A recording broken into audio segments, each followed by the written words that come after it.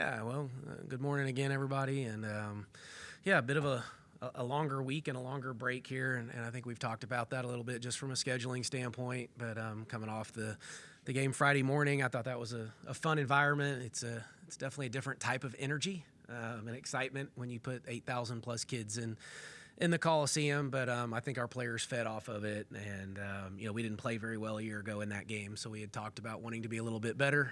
I thought we played a little bit more of a complete game, obviously without JJ. Didn't know exactly how that would look, and we wanted to see who else could kind of step up and get us points and compete at the level that we needed to, and I thought we did that. So outside of the fourth quarter, I thought we did some good stuff and turned it over a little too much late. For my flavor, but as a coach, you're always trying to find ways to get a little bit better, and we'll continue to do that. We were off on the weekend, and now we're kind of a little bit more early in the week here, kind of more of we're about a third of the way into the season, so we're 10 games into a 30-plus game season, so we're kind of self-evaluating a little bit. Where are we at 10 games into this thing? What do we see coming up that might get us? How do we get a little bit better? So that's what we're doing right now, and we'll get ready to go to Temple in our first true road game of the year on Sunday, which will be good for us. And I think they were about 74, 75 in the net when I saw last, so good opportunity to go get a quality road win if we play well enough. The latest on JJ? Yeah, much better. She practiced yesterday, so we feel good. But just like in practice, she heard it? Or? No, in the Texas game. Oh, in the Texas, okay. Yeah, toward the end of the Texas game. So it was, we got the imaging and just needed to wait till we got it all kind of back and felt a little bit better about it. So we didn't do anything silly.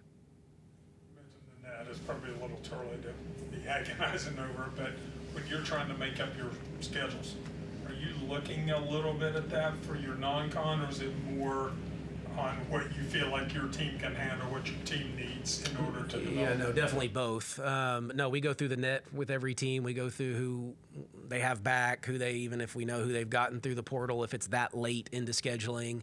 We tried to, like a lot of these teams were either conference champions or won 20-plus games a year ago, had some success, and so that was part of what we were trying to do as well. Some of it's just either location, who's interested, timing. Obviously, we've talked about finals week, so I think we missed on a couple opportunities to play this week. There just wasn't enough teams to really help us play this week. But, yeah, we go through it all, and then I think you always schedule based on the team that you think you have coming back. When did it start hitting you that there were all of these other aspects to being a head coach? NIL, roster management, re-recruiting people, obviously scheduling, all of those. When did that become apparent to you? When did you realize that, hey, we probably need to have some specialists managing those areas? Yeah, well, I was just thinking coaching in general, you adapt. We've had to adapt, and, it's 20 years of being a head coach, so it's a lot different now than it was, 20 years ago, certainly at this level versus, even the Division II. You wear many other hats, and, I think the actual basketball X and O piece is about 10%, maybe less of my job, and it's spent on a lot of other things, and that's changing even more rapidly, as you asked. So, yeah, now with NIL portal, obviously rev share and all that stuff coming up is going to even change a little bit. But really, I guess it's since COVID when this really changed. So, we're really flying at a crazy pace here in the last 3 or 4 years is where I've thought it's just really changed dramatically. But yeah, you got to adapt. The great ones adjust is what I like to say. And so if we want to be great and we want to be special, we have to be willing to adjust to whatever's thrown at us. I'm kind of curious. You've kind of gone over the scheduling and how you just couldn't get some things to work out. So essentially you're playing 2 less games in the regular season than most schools. You did the same thing last year. As far as the net and as far as data points for the committee to look at, does that hurt at all, or maybe it helps? No, it just depends on who you play, where you play. Yeah, there's opportunities there. I don't know if everybody plays the full max. We wanted one more was the goal, and we just couldn't get it done. But you don't just want one more, just one more. You want the right one more, or the right spot, or the right opponent. And we thought we had it built, like I said, with a bunch of these conference champions. A&M was in the tournament a year ago and returned some kids. Pitt's a great rivalry game. So, when we had it on paper, we thought it looked, really, really good.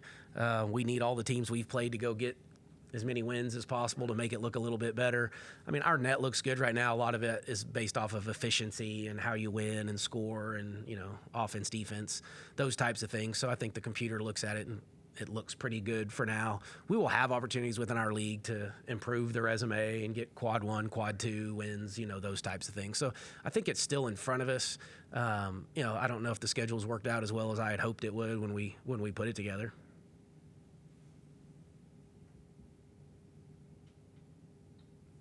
Good. All right. Thanks, guys.